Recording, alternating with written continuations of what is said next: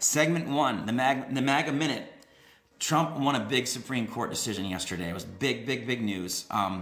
The Alien Enemies Act that Trump has enacted, the 1787 Act that allows a federal government to deport people in the country that they deem to be criminals, alien criminals.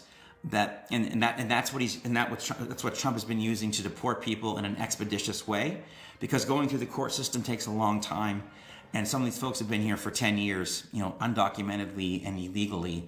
And the ones that Trump's going after, they're also performing criminal acts here, and they also have criminal records and or warrants in their countries of origin. So they're in trouble on both sides, but they're here, and they've been here for a while. Or some of them came in during the last administration, and Trump and his team want to get them deported as quickly as possible. They've worked out a deal with El Salvador. I'm sure you guys are aware of all this stuff. But it was a big deal because there were some lower district courts that were issuing nationwide injunctions trying to stop the executive, the president, from enacting foreign policy. And the Supreme Court sided with Trump. It was a very narrow decision. It was only 5-4 win. Trump won by one vote. It was narrow. And we got some more information. So Trump can continue the deportations, invoking that act. But what the Supreme Court said was, and this helps Trump and it hurts Trump.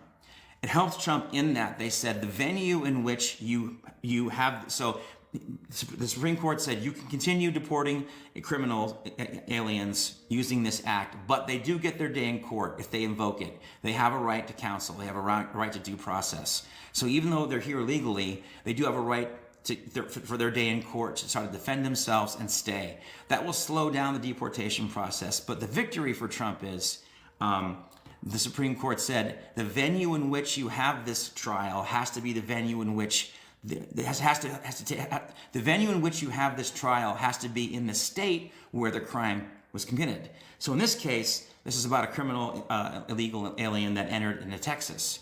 And of course, the district judge, the Democrat district judge, wanted to have the court case in Washington, D.C. And the Supreme Court ruled definitively, finally, nope, you can only have that case.